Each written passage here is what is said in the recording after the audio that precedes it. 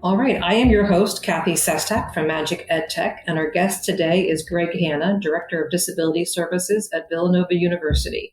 Greg, thanks for joining me, and welcome to the show today. Happy to be here. Excited to have a conversation and hopefully, share some information that could be useful for anyone that listens. Absolutely. Well, we really appreciate learning a little bit more about you and learning about your background as well. Can you give us a little history about how you got into education and how you got into your current role as Director of Disability at Villanova University? Yeah, absolutely. I always say I'm just a kid from Jersey. So I'm a born and raised New Jersey boy, grew up on the beach, great family, small town called Manasquan. Had a great education through the public school system in Manasquan Elementary School, Manasquan High School, and even being around some teachers that I had over the course of my time in school started maybe subconsciously kind of planting the seed of education maybe being something in my future, and then also being involved in athletics and having some great coaches and mentors. And I was also involved with a couple of youth leadership programs through the Lutheran Church that I was brought up in, and through an organization called the Rotary Youth Leadership Academy. So a lot of like student development, team building, peer-to-peer mentoring. I had a lot of opportunity to be exposed to a lot of things at a young age, thanks to my parents and just great, people watching over me. And then went to Monmouth University in West Long Branch, and originally thought about being an attorney. Like if you ask the old, me, what I thought I was going to be a long time ago, I thought I was going to be an attorney and, maybe work somewhere and be like a trial lawyer, but paths had changed and plans had changed. And the idea of getting involved in education was something that just became a lot more clear, and then focused my education on potentially becoming a classroom teacher. And my goal was to teach and to coach and kind of give back, because of some of the teachers I had in the past that truly were helping shape the person that I've become today. So, but when I got into teaching, it was a slow start, and some other paths kind of presented itself. And I had an opportunity to become a one-to-one, almost paraprofessional teacher of students with disabilities at a high school, where I went to school, Manasquan High School in Manasquan, New Jersey, and had the great opportunity with working with a young man, Frank Knievi. Frankie has cerebral palsy. He's nonverbal, motorized wheelchair, computer and a language board to communicate. And that was my first real entry into the education/disability space. But far more than an education, I was given the education on how to interact and how to connect and how to learn more about, individuals with disabilities, and really how similar we all are if the proper accommodations are made and the proper social avenues for support are created, and just the right mindset and the right group of people to help understand. And after working with Frank for 4 years at Manasquan High School, he got into Villanova University, and I came here on a visit with Frank and met Steve McWilliams, who changed my professional trajectory, my professional career, by working with me to allow me to come in and share space with him in the Office of Disability Services, and work with Frank through his 4-year career here at Villanova. And during that time, I had spoken to Steve and asked for his support and guidance as we were going to expand the idea of disabilities in higher education here at Villanova, and really tap into the Augustinian values and traditions of this university, and try to learn more about the disabled population of students here at Villanova previously, and try to work with students like Frank and several other students that had come into my life during that time to help create what is now our student organization level and the career that we've had in this office, thanks to so many students and faculty and staff support. And after 13 years of working in this space as an advisor, as an assistant and associate director, October 2nd, 2023, I was blessed with the opportunity to be the director of this office. So 24 minus 2, so 22 days on the job, and super excited about all of the experiences and all the people and all the things that have brought me to this point. And I'm excited about the future. That is an amazing and inspiring story. And I almost see in that how the skills required to be an attorney are, even though you didn't go down that path, are applied to the role that you're in now as an advocate for these students. And I'm very inspired by your work. Absolutely. Even I talk to our students all the time about this.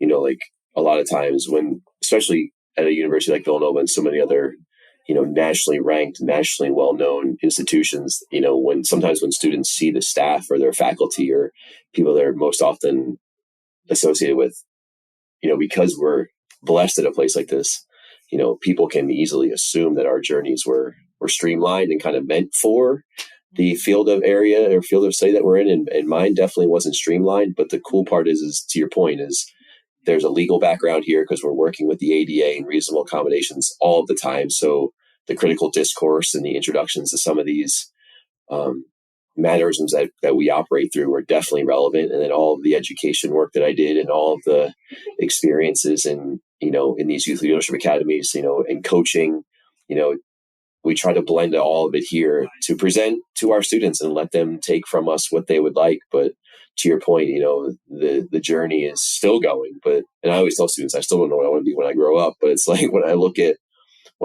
what path I was on, I'm thankful that I get to share a little bit of a lot of those things with our students, in hopes that not for me, but for our students, so that when they're like, I'm an econ major, I'm a finance major, I'm a nursing major, I'm an engineer, I think I'm going to do this with my life.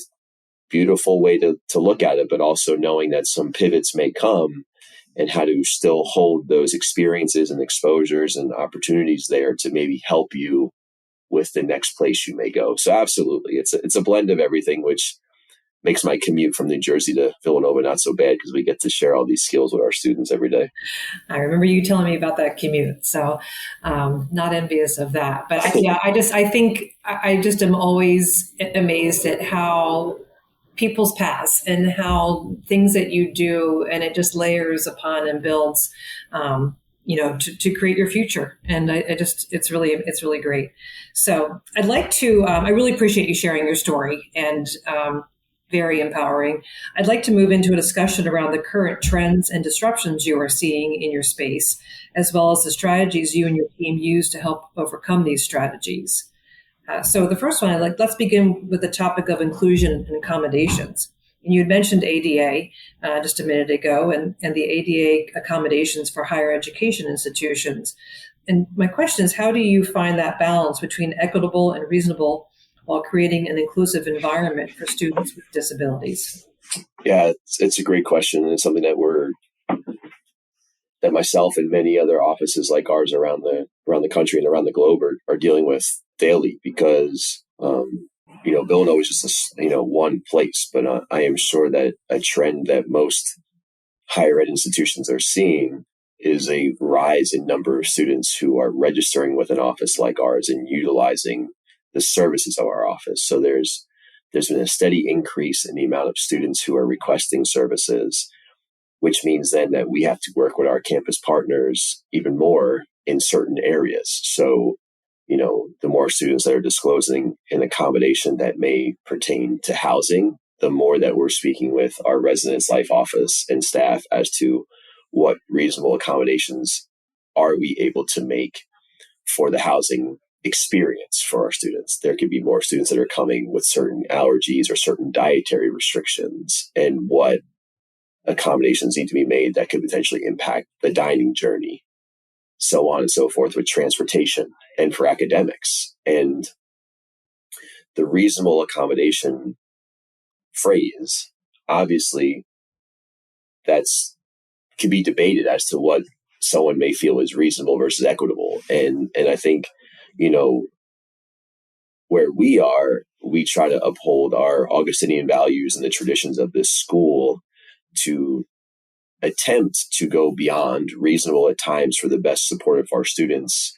But also, given certain circumstances, there's times where we do potentially have to really look at what's reasonable for the best interest of the university, best interest of the department, best interest of our partnerships, and make sure that like a accommodation is being provided. The hard part is when that accommodation might not be the gold standard to maybe a student or to a family or to the experience, but is completing the task and the mission at hand. So it's tough because, we work with students, we work with families, we truly believe in the work of our office. The staff, with Steve McWilliams, the recent director, 30 plus years here trying to provide those experiences. And, myself being alongside for, Steve for 13 of those years. And now having an accessibility specialist on our team, Connor, who's been with us, we all do our best to uphold the accommodations and try to really make someone feel good about those things. But there's also this tug because a reasonable accommodation for an academic setting, for example, we still need to make sure that the course goals and outcomes of the class are being met. We still need to make sure the students are doing their best to attend class, even if there's doctor's appointments or a flare up of a condition or something that may cause a student to not physically be present. But also letting the faculty and staff know that like these students want to be present, but sometimes certain conditions make that or maybe present a challenge to that. So how do we work through that together, but also not, blurring the lines of what we're here to do as an academic institution for our students and right, as an educator. Mm-hmm. Absolutely. So we have to try to, because also we want to support our faculty and staff on one hand in the academic lens and make our faculty and staff feel that we support them as well and support our students and try to be a voice that provides maybe some extra suggestions or opportunities for success for our students. But in that same academic realm, we could be having that same conversation about, someone's dorm room and what should be added or put into a space to be, safe and secure and meets those needs, but also how that impacts, like I said, other things. So it's constantly a balancing act for us, but luckily, and I hope other institutions can rest on the fact that they have some great partnerships, because we definitely cannot do this work alone. And also building positive relationships, because in business or in any other area of field, if there's tension amongst certain divisions, with us, like if we have a certain tension with a certain area of our campus, and then we're sending our student back into that environment, like if we created more tension, through the computer or on the phone or in a conversation, and then our students going into that setting, like we want to set our student up for success and we want the faculty member to feel comfortable. So it's a fine line between like reasonable and equitable. And I think luckily here, because of our Augustinian values and because of the things and traditions that make Villanova a special place, we try to tap into those things. But to answer the question straight up from the beginning is that when more students are disclosing that there's a need for more academic dining, housing, transportation, accommodations, and then we're like stretching services of the university as a whole, we really have to look at what is reasonable to still provide the best possible outcome for our students. It's an excellent point. And I think that, what is reasonable, and that can vary, right, from student to student. And it kind of is a nice segue into my next part of that question about, could you discuss some effective accommodation strategies that have been implemented successfully to support these students? And how can technology help in these scenarios? Yeah, absolutely. To what you just said as the kind of segue, everything is a case-by-case basis when you're working in an office like ours, because, no two students are the same, and, no two students with the same documentation for a disability is the same. There are students here with CP who are similar to Frank, as I said, like nonverbal, motorized wheelchair, using a computer device or a language board, to another student with CP who uses crutches and is verbal. Like there's all these different ranges. So there's no such thing as like the blanket reasonable accommodation for a student with X documentation. So we always have to be adaptable and always be ready to pivot and always be ready to jump one way or another. But also use past experiences to say, hey, this was successful for somebody. Maybe we can tweak it, fine tune it, change it, or completely scrap it for another student. So, and that kind of goes to those accommodations for the classroom too. So, when COVID hit and the world shut down, every institution had to become potentially an online institution, like over a weekend in March. And right. And for us, that was something that fortunately the great work of our tech team and the great work of all of the people that were involved in the academic lens to still provide that experience were there to set up these online learning platforms and these online capabilities and these online platforms for our students to be successful. And it became like a universal design. The challenge was when we came back to the in-person experience that is Villanova University, for example. I am sure there were some faculty that were super impacted by the COVID time and the ability to become more of a tech instructor with the use of some of these other online platforms and recording lectures and posting notes and all of these things. And there may be some faculty that were excited to get away from the cameras and get back into the classroom delivering that in-person experience. And, for us, it became a challenge because some of our students were truly successful in some of the online versions. And, if they missed a class because of a flare up, if they couldn't get to the screen because of, lower high blood sugar readings, or if they physically, couldn't be there, there was this opportunity to engage with the course at a different time through a recorded lecture or through something, and not having that as readily available now as we did before, while still making tremendous strides academically to provide more information and content for our students. We're still trying to think about how we can continue to allow our students to feel connected electronically, if need be. So some of those accommodations, like credit to our Villanova staff, faculty and staff, because many of them have stuck with the opportunities of the tech space and how that has maybe even become a new layer. Like my wife is a 20-year special education math teacher at a high school in New Jersey and never was one of Google Classrooms and Google Meets and Google Hangouts and all of these things. And now it's actually made her a better instructor, and it's allowed for more students to have more of an opportunity to connect with material. And if they had a bad day in school, if they had a fight, with a parent or sibling before coming to school and their focus was not there, there's an opportunity to engage with that content when you're feeling ready to do it. So I think even here at Nova, we look now at accommodations in a way that taps into the universal learning that we had done during that time, while also balancing it with the in-person instruction that this university is known for, and the true immersion experience of an on-campus opportunity, and trying to find ways to still support our students who at times may need an alternate format of learning for a specific moment, and knowing that maybe because of some of the tech pieces that have been put into place, that a student, while maybe not physically present, can still be up to speed on the content being delivered. And one way that we have done that, obviously, is through our platforms that we have to allow teachers to upload lectures and recordings of classes and things like that.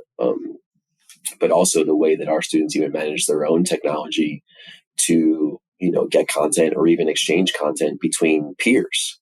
Because also for us, as kind of like a sidebar to your question, so I apologize if I'm going off a little bit. No, you're great. This is fantastic. But one of the things for us here in our space is really peer-to-peer interaction, because if we have some students register with our office that maybe did not have the traditional primary, secondary school experience, while that's changing even in the time I've been here, the idea of a student connecting peer-to-peer is super helpful.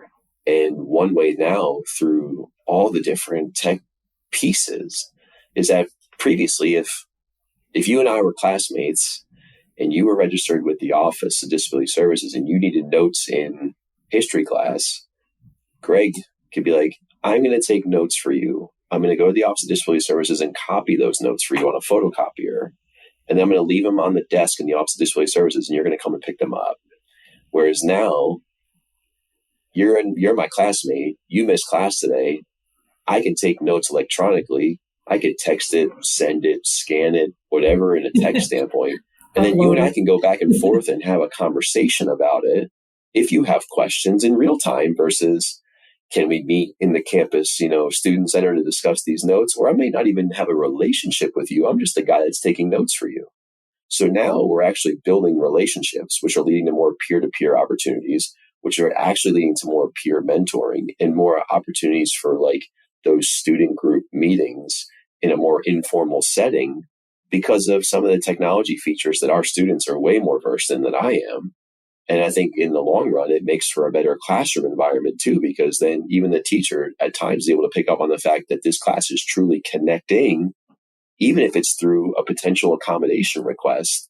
Long term, they're connecting more to help further support the mission and course and goals of the exact class. So right, and I think taking down those barriers of the physicality that was in place is just allowed more access for everybody, and it's allowed for greater interaction, but in a different way than maybe you and I were used to in school, in a college environment.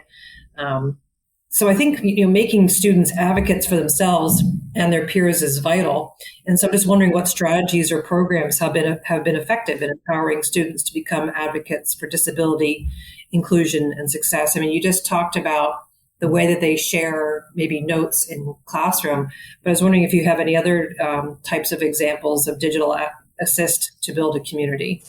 Absolutely. So, one way that we kind of manage it internally here in the office is we have a student group called Level that we can talk about now or at another time based on questions. But basically, one component of our student organization is if we have students who are registered with our office that may need additional support, and not necessarily additional like tutoring, for example, but just additional support getting content, putting notes together, reaching out to their classmates.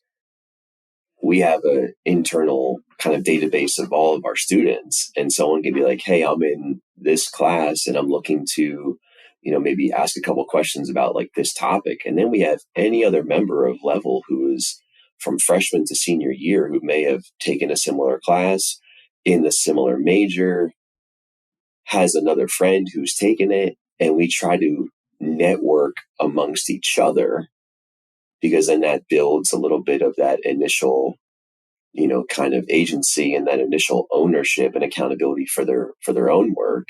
And by doing that, they're also putting themselves out there to say, hey, I'm looking to maybe connect with someone in whatever the course may be. And then in doing that, they're also maybe meeting some other students that they may not previously would have connected to through a lens of connectivity from a course or a faculty member or a major. And in all of those things, that's building a great network and a great group of, kind of support. Well, and I was going to say it's building a community, right? So Absolutely. It's broadening your community and it's broadening your, the space in which you're comfortable with. So it's pushing those barriers out a little bit as well. And then in that, and again, for us, like we were talking, and again, I know, I hope that other instructors and other people who may listen to this have similar experiences or can try to create them or just know that to be commonplace. But when that happens in our experience here, then we start to see a growth in confidence in our students. And when there's more confidence, there's more academic success. And when there's more confidence in academic success, the advocating piece becomes one more of confidence versus one more of like a reaction of, hey, something wasn't working. I need to fix it. And rather than it becoming almost like a customer service window of a complaint, if there's some confidence and some networking and some communication behind it, it also allows our students, and this is for any student, not just a student that's registered with the Office of Disability Services, the more communication and the more confidence I can build, the more ownership someone can take over the effort that they're going to advocate for, no matter what it is. and come at it from a sense of understanding and hoping to move the needle in a certain direction, but also being very well knowing that someone can come in and does not have that and is just acting out of maybe a poor experience or out of a poor communication effort or out of something that they feel is not accessible. But then if we try to turn that advocating from, like I said, like a customer service window into more like a community forum, it allows us to break it down and have a conversation and use the Villanova experience to have those experiences so that when they go into the workforce, that if those questions come up in a different way, they've already potentially had some experiences during their 4 years with us. And at the end of the day, again, all these things, we try to find ways to make them transferable to real life skills as well. It's not just about the history class, or it's not just about econ or about finance or about CE like, yes, that's the task at hand for that particular course for that particular semester. But what is it also telling you about how you're becoming an advocate for yourself when it comes to how you're doing and maybe interacting with the greater world around you as well? So, well, I think you just defined the purpose of education in general, right? Of just pushing the boundaries and becoming an advocate, but not just for yourself, but for those around you. Good. Let's wrap it up then. Great to see you. Great to meet you. So, but yes, I mean, like I said, like at the end of the day, like we know that the way this office works is really through the heartbeat of this institution, which is our students. Like, yes, I have the pleasure of being, currently the director of the Office of Disability Services, like I said, 22 days in and, 13 years prior in this office. But the reason why this operation has continued to grow and continued to show support and to continue to maybe further or better understand the current trends is through the heartbeat of the institution, which is our students. And that's what allows these conversations to be had, because we're working in real time with students to try to bring some of these scenarios that we have and apply them to our day to day to see how we're doing and how we are truly trying to be a place of support for our students, but also to understand each individual education path that our students are taking to best support them through their journey. Right. And I think, the skills that you're imparting on these students allows them to be, happier, healthier, contributing members as they continue down their path, and whatever that may be. And, and just shifting the focus to the workforce, I'm wondering, talking about that path, what are some of the best practices in hiring and workplace accommodation for individuals with disabilities? Yeah, absolutely. And when someone looks at like our piece of the puzzle here at Villanova, we spent a good amount of years trying to build this student network and try to build this communication and build these relationships peer to peer and with the support of our university, because in doing that, we knew that there was going to come a time when our students are graduating and are going to be looking for jobs, and also, having such a robust career center that is constantly interacting with employers and hosting events, trying to learn more about that to see how inclusive these events are and how we can try to maybe create some new events to, even further our commitment to accessibility and inclusion, especially when it comes to employers on recruiting and best practices. So the way that we have done it, when our career center hosts events all the time and they're wonderful and they're becoming more and more accessible for our students. But there are a good amount of students who are registered with our office who may not have had the opportunity to really job shadow or have a summer job as a young kid. Like some of our students, not all, but some students are coming with not as much experience in the workplace environment. And then we have this 4-year window to try to get as much exposure and experience as possible. But it's also hard too if there isn't any kind of experience prior. So the Career Center and our office have partnered on some events. And one thing, like in this journey, one of the ways that we started was years ago, I attended an event called COSD, Career Opportunities for Students with Disabilities. And I met a gentleman, Alan Muir, who helped start this organization and would go to cities that had a lot of colleges in the area. And Alan and his team would recruit offices like ours to send students to a free conference to learn about exactly that, about career opportunities for students with disabilities. So I had never heard Alan or the organization before. He, in the summer, just walked into this office, introduced himself. We had a conversation. He said he was hosting an event in Philadelphia and would love to have some Villanova students there. So a couple of students from Villanova went to that conference in Philadelphia. I learned more about it and then said, hey, Alan, like, I'd love to be more a part of this because of the work of Level and of our office. And that we felt like we had some great students who are hungry for career opportunities and are great ambassadors as college students with disabilities. So the next conference after Philadelphia was in Chicago, and myself, Kevin Grubb, who is now our director of the Career Center, at the time was a career kind of counselor and working in the Career Center and was on the upward trajectory. So Kevin and I took 4 students to Chicago for the same weekend conference, and we got to present about our growing relationship and how important it is for an Office of Disability Services and a Career Center to have a strong relationship so that the Career Center can understand the needs of our students and so that we can understand the current trend and pace around what our Career Center is specializing in. So we go to this conference and there was a career fair there in one of the ballrooms in the hotel.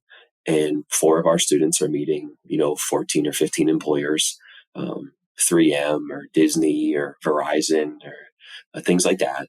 And I looked at it and I was like, we could be doing this here, back on campus of Villanova, when I say here, versus me traveling with only 4 students when we have a roster of a ton of students that maybe can benefit from this. So I came back that next year and I said, Kevin, as much as I love this conference, we're going to start doing this here with help of you and the Career Center. And the Career Center was all for it. And we created an event, a network capability event that we brought in 14 to 16 employers from various areas of our different colleges, from the arts and sciences to engineering to nursing to business, and tried to bring in people who were either recruiting or rooted in the DEI space to really speak to our students about inclusion and practices in, the career space post higher ed.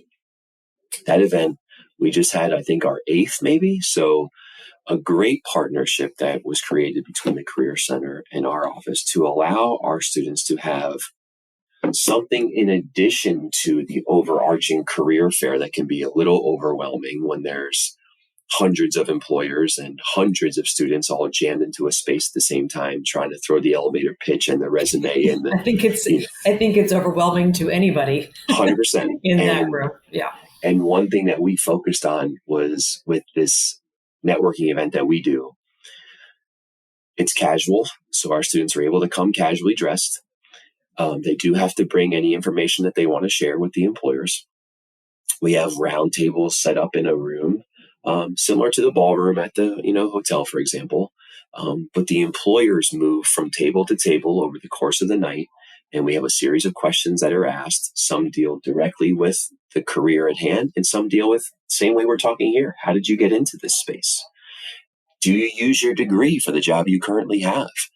But also, like, what type of DEI, EI initiatives are you doing? And what type of workplace accommodations have you seen? And some of our students have had internships from those opportunities, and some have even secured employment. And then last year, we decided to take that event and, inject it with some more life. And with the work of the Career Center, our Learning Support Services Office, the Office of Disability Services, we put on a national conference for career inclusion and hiring in the workplace, and put on a real disability in the workplace conference. And it was hosted on our campus with hundreds in attendance. And it was a half-day program designed primarily with hiring employers in mind to help them build disability inclusion into internship and entry-level hire experiences. So for that, it was something that featured students and alumni across the ability spectrum, employers with disability inclusion initiatives, and disability inclusion advocates. And it was something that we just kind of thought up collectively. And then we knew we had some partners, and we knew we had some great people in some of these other pockets. And we're like, hey, why don't we try to bring this to our campus? And this one day, half day conference, our Career Center actually nominated it for an award for by NACE, the National Association for College Employers, and Villanova was awarded we were given an award for the attempt to take a dent at this inclusion piece and how we were trying to, move the needle again a little bit. So it's something that we're super excited about, but also know that it's a challenge because, statistics are close to showing it's like a college graduate with a disability from a 4-year institution. It's like a 50-50 chance of securing employment right out of college. And for our students who may be in that invisible disability space, a student that might be a type 1 diabetic, or a student that might have POTS or Crohn's, to our students that may have like a chronic migraine, some of the other like physical attributes at times are still allowing them to kind of navigate the career process versus potentially a student with a visual impairment, a hearing impairment, the motorized wheelchair or the scooter, the service animal, the seeing eye dog, all with the same credentials on paper from their Villanova experience, but not being able to crack into the employment space.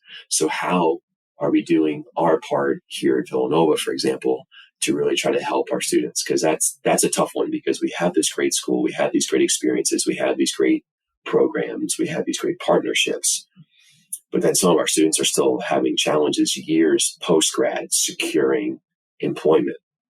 And that's where like students are leaning on technology to see what other avenues are out there for them, and to see what other spaces are available, and to see what other avenues of connectivity are available, but also what like entrepreneurial lenses are available to them too. Because, another example is a good friend of mine. His name is Eric LeGrand, and Eric played football at Rutgers University, broke his neck in 2010, trying to make a tackle, and is a quadriplegic. And I remember that. And Eric graduated from Rutgers and was doing, he does broadcasting, he does, the public speaking and like the motivational speaking things. But then COVID hit, and like all the speaking engagements shut down. People weren't playing football, so he's not announcing games. And it's like, what's Eric going to do? And that's where some of these more like business opportunities were coming to him to maybe help create. And Eric created LeGrand Coffee House, which is his own coffee brand. There's an online coffee shop and a brick and mortar shop in his hometown of Woodbridge, New Jersey.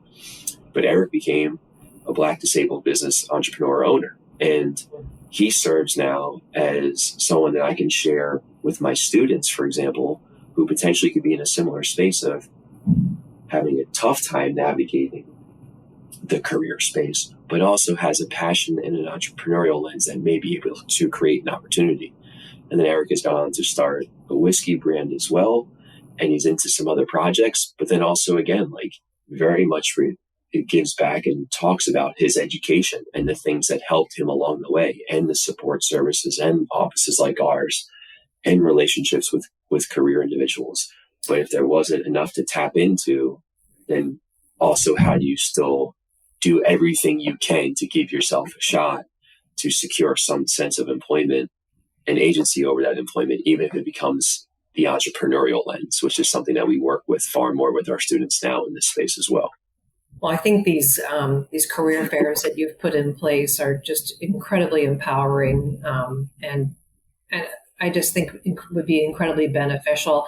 I love the fact that the potential employers move, and that the students can just settle in, right, and get comfortable, and be in their space. And I just think it's a wonderful story and just a wonderful example of the work that you continue to do and you continue to build at Villanova in this space.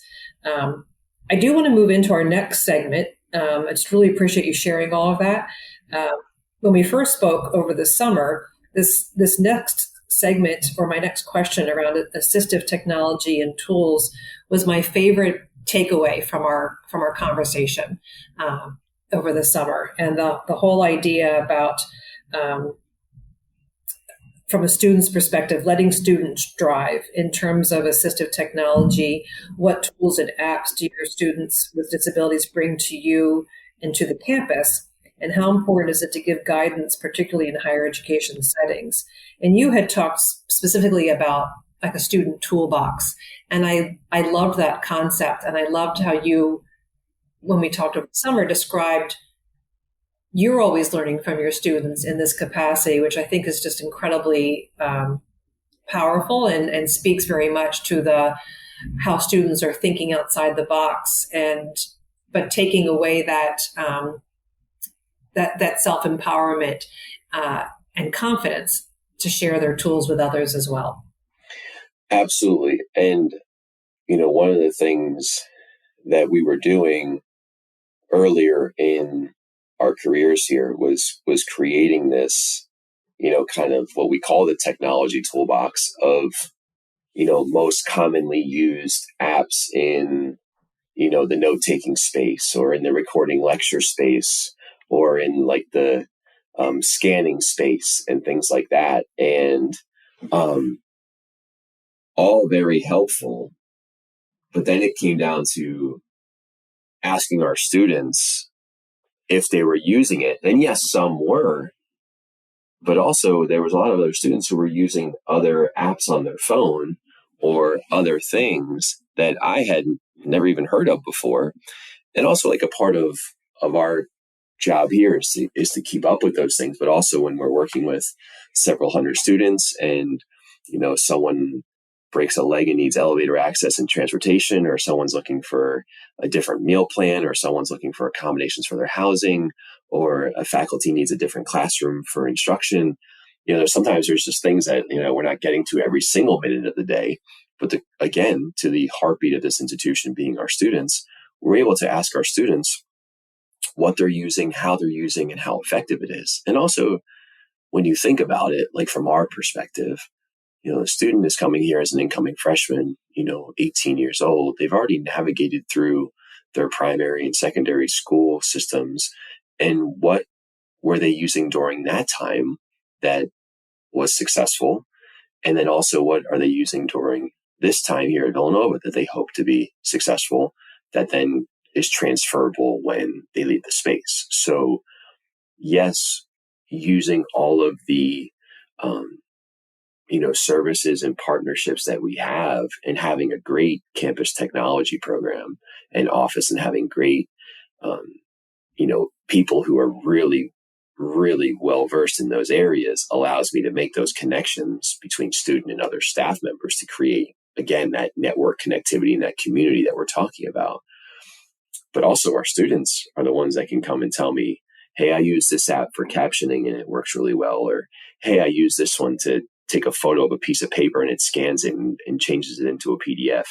Or I use this one because I can alter like the screen visibility and the light. Or I use this one, to read anything. I can take a picture of, a chapter in the Bible or a passage in the Bible and hit scan it. It's going to scan it and read it to me. And here with being with an Augustinian school, like looking at St. Augustine's Confessions, or when they're in their Augustinian culture seminar and reading some truly like traditional books that were from well long ago, and maybe not having the audio version of some of these textbooks or like science books or math books, that there are these apps that our students are using that are making it more accessible and not necessarily a student coming here to say, hey, here's my stat book, make this book accessible for me.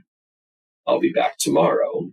They're going, here's my statistic book, and I've used this app to help, whatever it might be. And it's, again, case by case, year by year, because sometimes we need to find those textbooks in audio formats, and we struggle with that sometimes, or we need to, unbound a book and digitally scan it to put it on a disc for certain students, because every student learns differently. So again, having our students say, hey, great, here's the top 5 apps that work for me.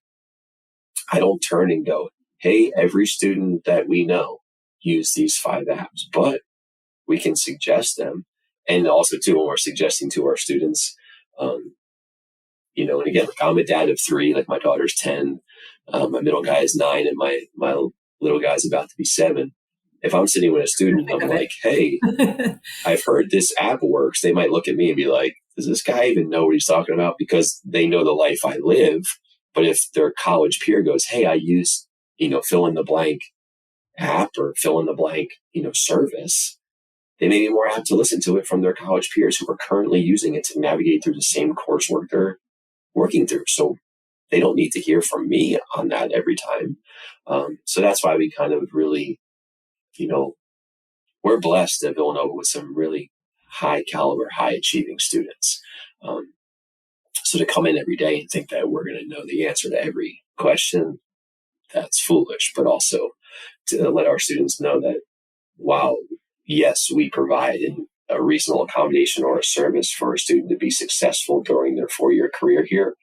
We would be foolish not to tap into our students' true capabilities and true passions and true understandings of this educational experience to better help us for when the prospective student comes in and they ask questions about, hey, how do I navigate the classroom, or how do I navigate note-taking, or how do I navigate captioning? How do I navigate screen readers?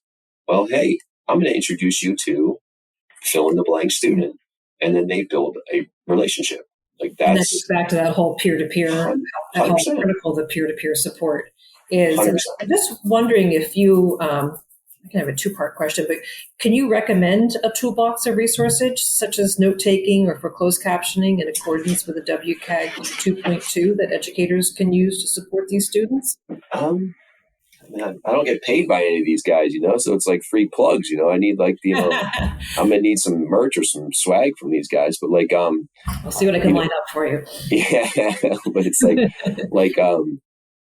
one that comes to mind right out of the gate is Otter, like Otter AI. And that's one that we have a couple of students who are deaf, hearing impaired, and they're using Otter as a captioning service. There's like a minutes per month usage that's free that usually our students are able to work within. And if they have that on their desk while a faculty member is instructing, it's able to capture in real time. And then the student's able to save that recording, for example, or that captioning session, and then turn it into digital notes that then if a student has questions on, they're able to go back and pull from. Again, that's the same thing. Like we're constantly, updating these things, and even students, and again, like the students that are on Instagrams and TikToks, all these things, I can ask them, hey, what's the, latest and greatest screen reader? And they're going to tell me, and it can change between today and tomorrow. But also too, it's something that, like for most people, and I'm guilty of it at times too, even here, like we want to create the next new thing so we can say like, oh, look what we were a part of, but also like there's no need to reinvent the wheel when there's so many people in these talented spaces trying to create apps and programs for more accessibility in the tech space, not just for college students, because we're also talking about like some of these things apply to everyone because of like aging, for example. Like that app that is beneficial to an 18-year-old college student with a hearing impairment is just as valuable to my 75-year-old grandmother who is starting to lose her hearing or maybe hard of hearing and has an iPad and wants to hear the conversation with like her grandkids in the room, but is having a hard time, can be using that same app just as well. And accessibility features in computers are increasing. Like there are a lot more just built-in natural accessibility tools in a lot of these computers and phones now outright. Apple has a ton of accessibility features on their products. Like the PCs and, have a lot more accessibility features and screen readers built into their things versus downloading a program. But like some of these things that we're talking about are also highly useful, not just for the college student, but it could be, like I said, it could be for, for the elderly, it could be for someone it could be for anybody. Like that's a universal design piece. So that's where, and I think that's a big part of this thing too, is it's the fact that our current students who are really navigating this at a high level are only setting up like our society for better success, because if they're understanding some of these navigation pieces and then they pass that on to their children or their colleagues or their neighbors, it's just going to continue to allow more people to understand what's of real value, communication, networking, and potential services that can help, make someone feel more successful in their day-to-day navigations. And that's why, again, that's why from the technology standpoint, like I'm not a tech savvy guy by any sense of the means. And I'm sure you can tell from this, like I'm a communicator. Like I want to talk through things. I want to put an idea on the board. I want to put something together. When someone's like, well, how do you build this? I'm like, I don't know, but there's going to be a tech person somewhere that's really good at this. And they're really good at that piece. And then we bring us together. And that's when something great can happen. And I think here we have just tried to do our best to not let the documentation files dictate the relationship we have with our students, and let that documentation file serve as the foundation for our relationship, but then understand what each student brings to the table and how they become ambassadors of our office, and also then how they then become ambassadors of the university, and then on the outreach piece to help support in all the different ways that we're talking about.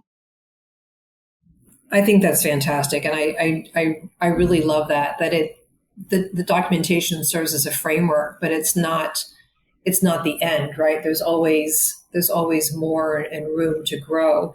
And so just using that, we're nearing our end of our time here, but I wanted to make sure I asked you, just what advice would you give to the makers of ed tech who are committed to designing and building equitable technology?